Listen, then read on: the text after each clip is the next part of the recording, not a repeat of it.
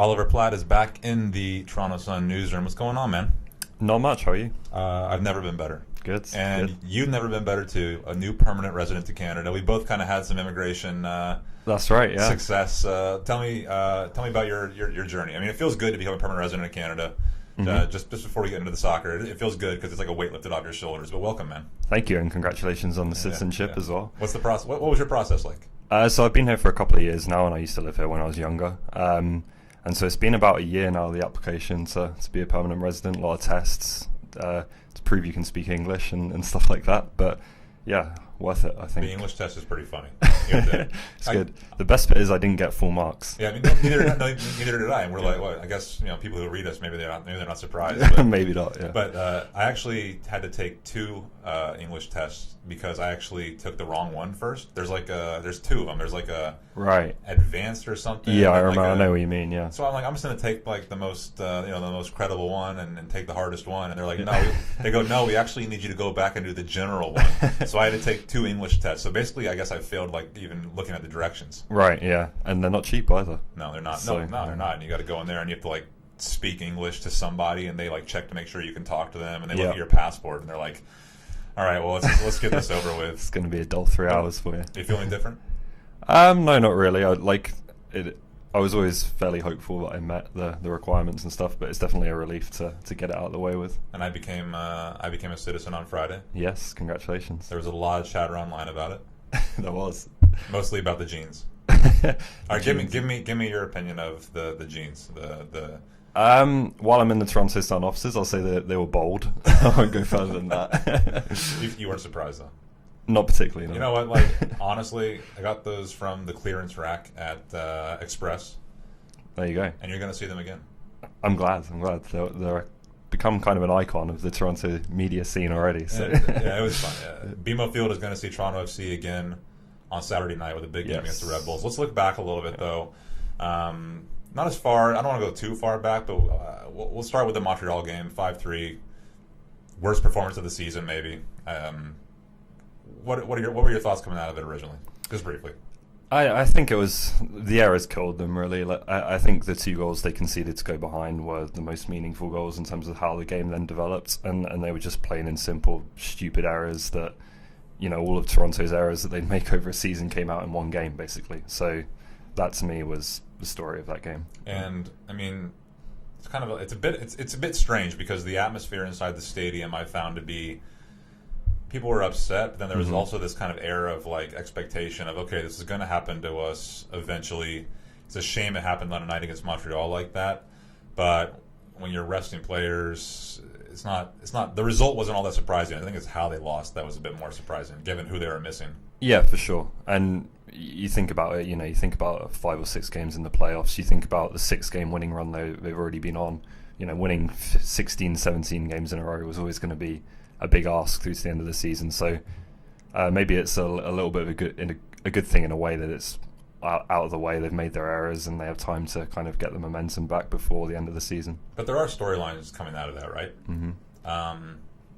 For me, it's okay. Alex Bono has a bad game, probably the worst game, maybe the worst game of his career. We saw a bad game or two last year, but he has a bad game. Maybe there's a few more questions about him. Eric Zavaleta, who Coach Vanny told me a few weeks ago, he actually had him for MLS Best 11. Yeah, actually said that he's been that good this season. So young player still, kind of youngish. There's questions about him now with Nick Hagelin coming back. Are there any other storylines coming out of that match besides that? I think in terms of the selection side, you have to say that Nicholas Hasler is increasingly staking a claim for that right back spot. Bateshaw made an error in that game. Again, that's unlike him. The pass back.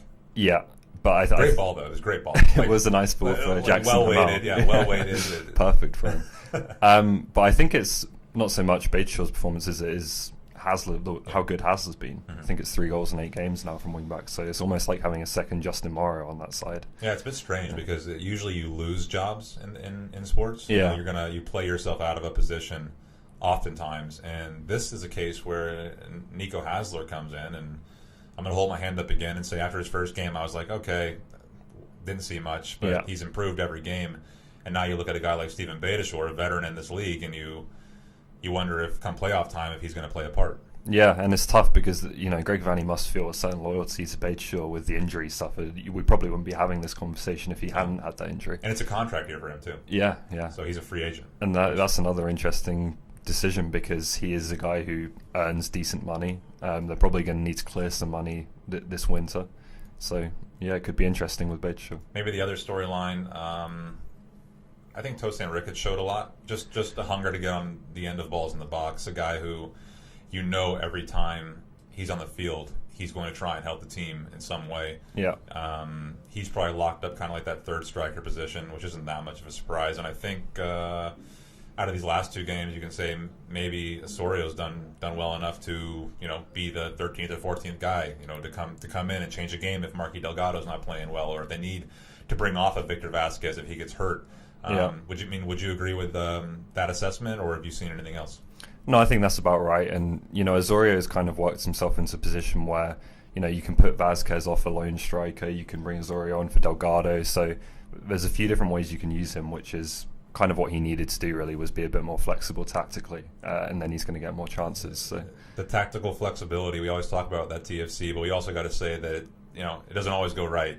No. And that was kind of a talking point this year about how many different formations TFC can play and the depth. But at New England, I think we finally started to see that TFC needs its important players. Josie Altidore, Chris Mavinga, Sebastian Javinko, or else they're going to struggle. Now that they've all been rested, but you watch that New England game and hard fought, missing players, but a bad result. So what do you see coming out of that one? Yeah, I didn't think they were that bad in that game, but they didn't take the chances they had to take a lead, which could have taken the game differently. And I think you can game plan for the occasional game without those key players. They did it in Seattle earlier this season. They did it in LA. But when you're without them on a sustained basis, you're going to start to feel it pretty quickly. Yeah. And that was evident. What did you think of the football lines? Just like, it was the same when I saw my first Minnesota United game this season. It's just like, anyone watching that from outside the United States is probably not going to come back and watch another MLS game. Were there football lines for the Minnesota game? They haven't got lines, but they have the big end zone and in the penalty areas. So yeah. I just knew that Michael Bradley would want to talk a little bit about that after the game, so I went ahead and asked him about it, and surprise, he wasn't too big on it. The turf situation in Major League Soccer, it is what it is. If you're gonna tell me we'll take all the turf fields out of the league, but then all those teams are leaving too, I would say absolutely not. I mean, look, Atlanta, Vancouver, Seattle, Portland, all these are great markets. You need these markets, but you have to have at least a starting point, and the starting point has to be no football lines on Major League Soccer fields, because it was a horror show back in the day when it was pretty common at all the NFL venues. Just a distraction.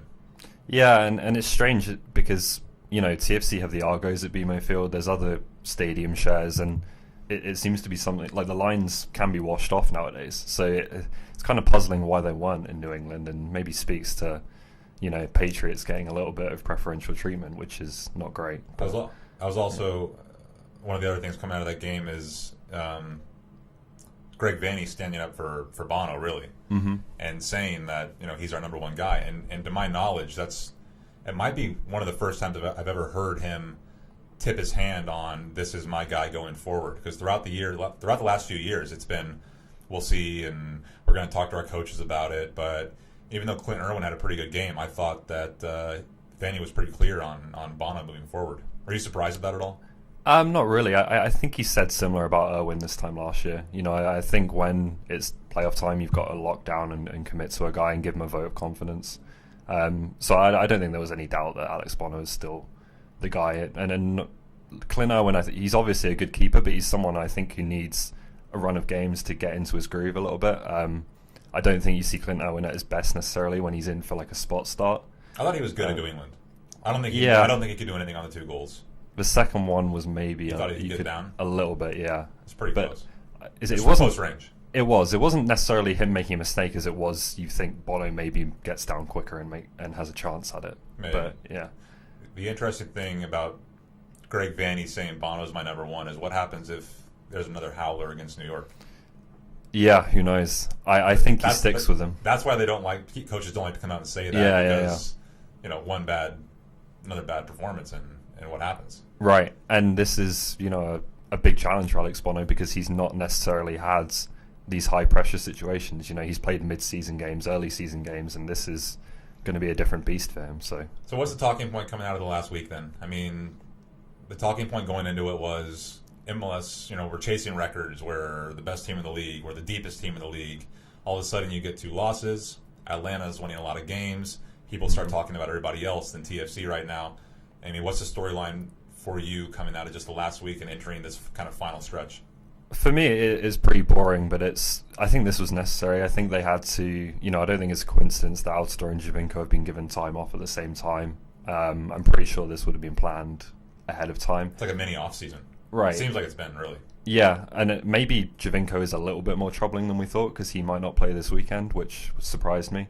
But I think it's a sacrifice they made, and obviously they would have hoped to at least get, 1 win or a couple of draws out of the past 2 games, but I think they knew they were taking that risk, and they got punished for it in the end, but it's not a huge deal in the grand scheme of their season. I think one of the storylines we're not going to be talking about until November, and I think if TFC makes a deep run, everybody stays fresh, Giovinco stays fresh, Altidore does his thing in the playoffs like he did last year, we're going to come back to this week, I think, and talk about how genius it was for Greg Vanney and the coaching staff to not go all in and try and win every game and get the record and really sit Altidore for 3 games. He probably could have played it. I mean, they called it lower body tightness. Yeah. He was sore. Yeah. They kept him out. He seemed to be working out pretty actively. Yeah, he didn't have, a pulled hamstring or anything torn. Yeah.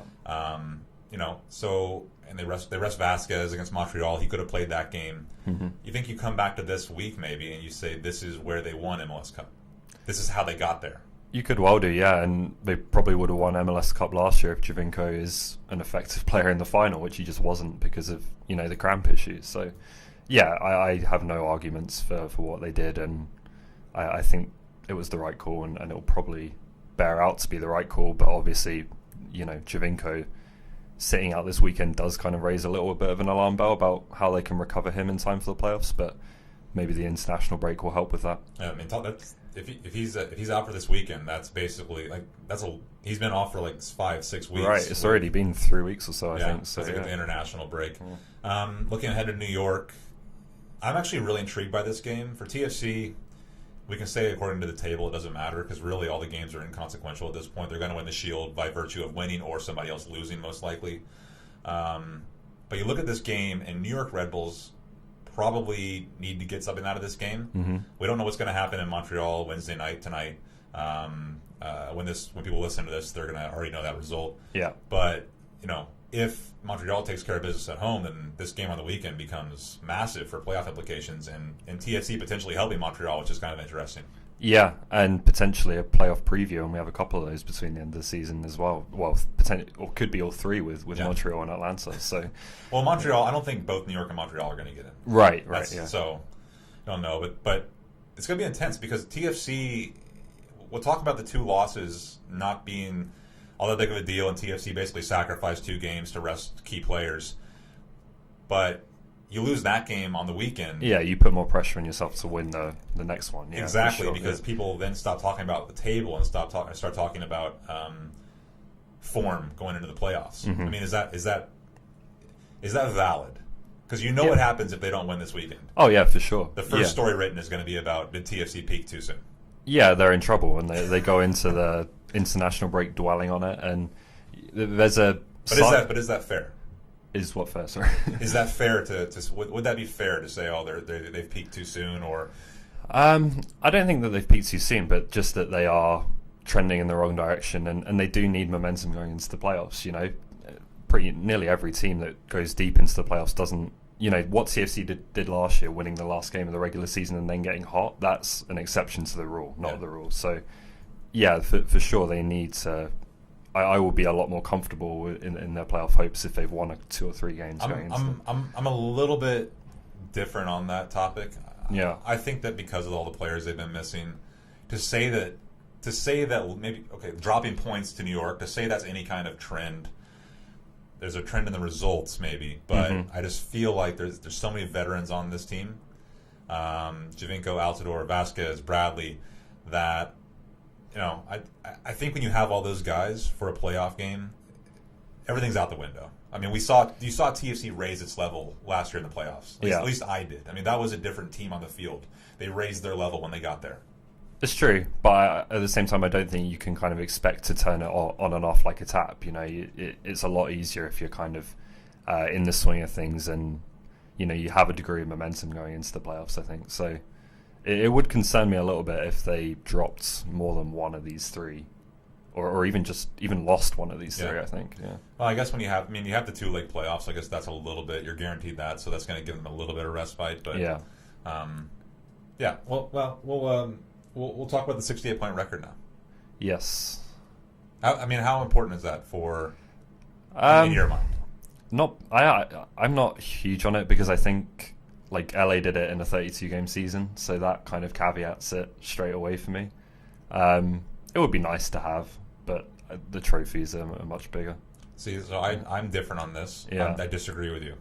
And I went on Jeff Blair's show on Fan 590 to talk about it. I think that winning MLS Cup is very important this year. Mm-hmm. But I think if they get that record, that's what's going to be talked about decades from now. When we're still talking about the LA Galaxy from that season. We are, and was it DC who had a similar season without winning the Cup? Yes. I think 98 or something like that. Yeah. Yeah, it's true. I kind of feel like however many points they end up with, I feel like this TFC team is good enough to be in that conversation now, no matter what happens. That's because we're watching it. Maybe. There are people around the league that aren't watching it like we are, who will just say, well, TFC didn't get there, and they're just as good as all the other good teams in the league. Yeah. Which isn't true. I think this is literally is the best team to ever play in Major League Soccer. Yeah, I'd agree. It's a fair point, yeah. I think you could take a look at like the Miami and Tampa Bay teams who don't necessarily get in that conversation as well as teams that maybe don't get watched as much. It's like we don't talk about them. It's like the Grim Reaper comes out when you talk about Tampa Bay and Miami. Yeah, and maybe TFC north of the border will get the same treatment. I don't know. A few topics. We talked about this earlier, but I think Nico Hasler has the right fullback locked down. I talked about this in my column a little bit today. Do you go with Beitashour or do you go with Hasler moving forward? I would watch the next 3 games and then make the call. I couldn't commit to one right now, I don't think. I certainly think Hasler, for me, if the playoffs started tomorrow, I would think that Hasler is the guy who gives me what TFC need, which is probably going to be an ability to break teams down, particularly when they're playing at home. Maybe you split them and give Beitashour the away leg of games, I don't know. But I would be leaning Hasler, but I'm going to hedge my bets on that and see what happens the last 3 games. The other one we talked about a little bit was Zavaleta and Haglund. I think you're going to want to see Greg Vanney's probably going to want to get Haglund a game, at least one game. Yeah, you'd think, in order to at least have him be an option come playoff time. What happens if Haglund steps in and just 2 straight games, great performance, shows speed, shows no ill signs from the knee injury, winning aerial battles, just dominates. And then he may well do, because he was arguably TFC's best defender before that first injury. So the first 2 months of the season, he was TFC's best defender. That was before Chris Mavinga really got going. Yeah. Drew Moore with the heart issue. Right. Nick Haglund goes into that Columbus match, which they actually lost, and it was fantastic. Yeah. I think Zavaleta will play. I think Greg Vanney really likes Zavaleta. The one thing he always talks about with Zavaleta is his one-on-one ability. And so I think you go into the playoffs and you potentially have matchups with guys like Piatti, who else? Akam in Chicago. And I think Zavaleta will be the guy he wants playing on that right side. So that, because Mavinga has been so much better over the past few months than he started, I think Haglund is probably going to be the odd man out regardless of how he plays. But it's good to have him in reserve. For sure, and there's something you can do with Haglund longer term, which is maybe start to groom him in Drew Moore's place. Yeah. So, the scariest playoff path. I've been thinking about this a lot lately, and I've actually it seems to change all the time, because while I thought Atlanta was going to come on towards the end of the year, and I predicted them to finish as high as second or third, because of this home form. I hadn't really mentioned them as being in TFC's way in the playoffs, because I was just looking at the teams like New York Red Bulls. I thought were going to be tough, but when you look at it now, that supporters shield is going to be nice for TFC to win to celebrate with fans, but it's also nice because it looks like they're going to avoid New York City or Atlanta until the conference semifinals or the conference finals. Yeah, because they're going to face probably they're going to face Columbus or Chicago or New York Red Bulls likely in their first series. What's their scariest path to you? It would probably be the Impact in the semifinals, and then I would say James Grassi said that too. Yeah, I don't necessarily think they're the toughest opponent, but I think if you're doing the path as a whole, I think it would be Montreal and then Atlanta for me. Would you have said that if Montreal had not come in and won 5-3 at BMO Field just now? I don't think Montreal was that good of a team. Possibly not. I think if TFC plays well, they beat Montreal. But I think if TFC don't play well, Montreal have the ability to punish that as much as anyone, maybe bar Atlanta. Yeah, I think the path I see right now is I think they're going to probably get Columbus in that first series. That would be the best case scenario for me. And then it's going to come down to probably New York City or Atlanta. I think you want to avoid Atlanta. I don't think you want to go down to Atlanta where they've been that good and they get out and they run on that field. So it's nice to have a preview there in a game that probably won't matter that much to TFC at least. Well, it could for the points record, but. That'll be interesting to see how they handle that too. Because do you want to rest guys in that last game and maybe go into the playoffs slightly out of form, or do you want to just roll into it? They're going to be coming off. I mean, the schedule is not that tough right now. No, and they have like 8 or 9 days, I think, between that game and the first playoff game they'll play. And if I'm a player, we go down to Atlanta. I want to play in that game because I want to know what it feels like in case you have to come back. Exactly, yeah, that's my thought. Well, who do you have coming out of the West then? Out of the West? Just say TFC gets the MLS Cup. In terms of a finalist? Yeah. I would say the Whitecaps would be very interesting. I can't really go past Sporting Kansas City, I don't think. I said if the Whitecaps come to BMO Field, it's going to be. I really feel like it's going to be a 4-0 game, a 4-0 final.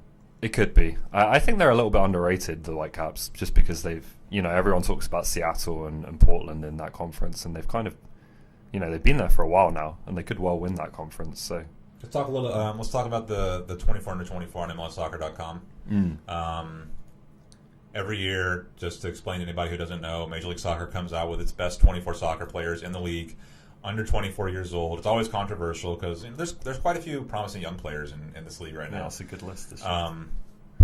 And what's controversial about it is usually there are always 1, 2, 3 guys left off the list, and people have no clue how it happened. They've unveiled 14 players so far, I believe. Think they're up to 10. Yeah, up to 10? As we speak. Up to the top 10.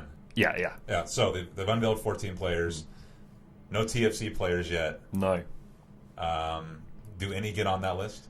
I think Marky Delgado is going to get on. That's who I thought would too. I think he has a few fans at MLS HQ, and yes, looking at some of the guys who are 22nd, 23rd, I really can't see him missing out. So he's going to place pretty well, I think, because Christian Roldan, Yamo Assad, they're already out of the hat. So it's kudos to him. I always kind of smile about it because I say the same thing, and I say that people around the league don't watch Toronto FC. And I think it's a fair remark because TFC's not on national TV in the States all that often. So you have to go out of your way to watch. The same way I don't get to see San Jose that much because it's on the West Coast. I'm tucking the wife into bed.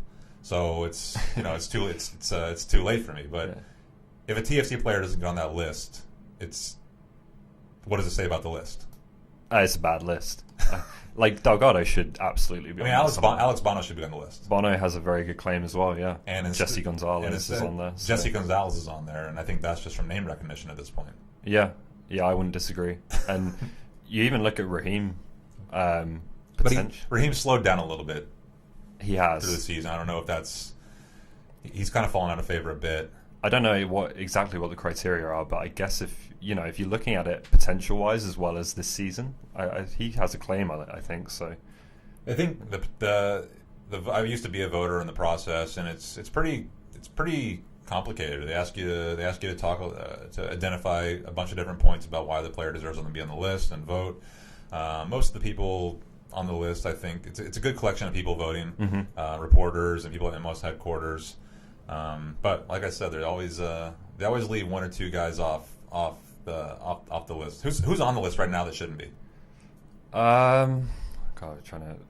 Maybe Matarrita being at 15, having not played this year, is yeah, it's crazy. Probably a bit too high. Again, I don't know how much this year's form specifically plays into the list, but I think that's a bit high. I'm trying to remember who's in the 20s. I think Gonzalez was in the 20s. Yeah, he was somewhere around there. Okay, so another big surprise. We'll go from that big surprise to another big surprise. What's been, as the league winds down, what's been your biggest surprise, just league-wide? League-wide? I think I've been impressed with... It's like story of the year. Okay, this probably isn't story of the year, but I would say one surprise. Real Salt Lake looked like a really good team all of a sudden, and they've kind of risen right up the table, could get in the playoffs, and they were a disaster at the start of the year. You kind of got to tip your hat to the management over there, because they get rid of Jeff Cassar really early in the season, and most people would have written him off then and said, all right, change of the guard right off the season, but they're making a run at the playoffs, and wouldn't surprise to find them in it. And then you can go back to that and say they took a chance on bringing Mike Pecky in, and it's worked. Yeah, for sure. Maybe just a change of culture. There's kind of some hallmarks of the old Real Salt Lake where they're finding talent that isn't costing them too much. You look at a guy like Rusnak who really has class. So yeah, I've been impressed with them. You guess what my biggest surprise is?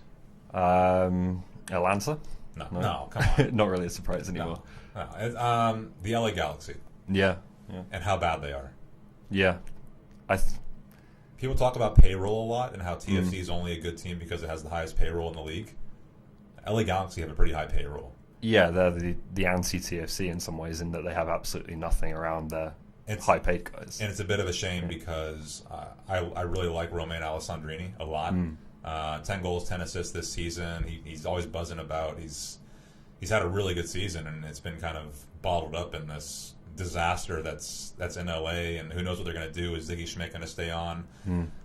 Whether they won like one time with him since he came in. I mean, the LA Galaxy, they could be in a bit of trouble with LAFC coming in and what's going on out there. Yeah, if they start well, then you could definitely have a changing of the guard a little bit in LA for sure. So I wrote my top 10 questions for going into October for TFC in today's Wednesday's Sun, and I ended it with just TFC end of season awards. I think we can finally say now. I don't think it's going to change much between now and the end of the season, unless maybe Sebastian Javinko somehow scores 6 goals or something. Then maybe we can change it then. Yeah. But my stuff was published today. I had Marky Delgado as my unheralded hero of the year. I had Chris Mavinga as my defender of the year. I had Victor Vasquez as my offensive player of the year and my newcomer of the year. Newcomer of the year is it's not that many players, but and Michael Bradley as my team MVP. Okay. Let's go over who yours were. Hopefully there's some different ones. Who there might not be. Who are yours? Unheralded, Delgado's a good pick. I think people are waking up to him a little bit more now, so maybe I would go for... a few weeks ago I would have gone Bateshaw because I thought he was having a really good year. Now he might lose his place, and so that pick kind of has its gloss taken off a little bit. Delgado or Bateshaw, I would say for me, yeah. And defensive, it's tough because you've had a few players who have had really good stretches. Hagland, but he's not been healthy enough. Mavinga, again, I might lean there to agree. You can't take Nick Hagland. No. Okay. No. Last time you were here, you were kind of talking ill of Chris Mavinga, but saying he was a bit overrated this season because he wasn't reading plays. Right? I still had my doubts. The last few weeks I've barely noticed him though, which I think is probably the best thing as far as Mavinga is concerned. If you were to say Justin Morrow, I'd say okay. But so who's your guy? I'm going to go with Mavinga. Okay, and then offensive player of the year. I'm going to say I totally get the Vasquez pick. I'm still going to go Sebastian Javinko. Really? Okay. Just because I think he scored a lot of important goals this year when TFC have needed him. He's been there. It's interesting you bring up that point, and not to say you're wrong to say Sebastian Javinko, but in looking at MLS MVP voting, I think Vasquez needs to be in that conversation. Yeah. Despite not being the MVP of TFC for me, which is kind of strange, I know. Yeah. But Victor Vasquez has the most game-winning assists or game-winning goals combined in Major League Soccer this year. Really? I didn't know that. I believe it's 10. And I was just curious because I got into this whole thing about a lot of people are saying Joseph Martinez on Atlanta now deserves to be in the MVP conversation because of he's got 17 goals and 13 starts or something. I want to get your opinion on that. I think that's absolute trash. Like no chance he should be in the MVP conversation right now. But I was looking and I said, okay, how many games has Victor Vasquez impacted for Toronto FC? Yeah. It's 10. He's 10 game-winning assists and 10 and game-winning goals combined. Yeah, that leads the league. Yeah, he's the prototype of an MVP candidate for me. He's an outstanding player, but he's also played a lot. I think he's third or fourth on TFC in minutes. Martinez, I think you could say he's been, when he's healthy, the best player in the league. You can make an argument for that. I think he's the most dangerous striker in the league right now. Probably, yeah. But most valuable player over the season as a whole, no, not for me. All right, so give me your team TFC MVP. We'll get out of here. MVP, for most of the season I would have agreed with you and said Bradley. Now I think Vasquez is overtaken him. That's fair. That's fair enough. Let's do one prediction for the New York game before we shake hands and go have a beer. I'm gonna say they are a little bit nervy coming out of the box and a narrow 2-1 win. I think they'll win, but I don't think it'll be vintage TFC this weekend. I'm going to say 1-1 draw. New York's desperate. Jesse Marsch is going to have them pumped up coming in to BMO Field, where they might have to come again during the playoffs.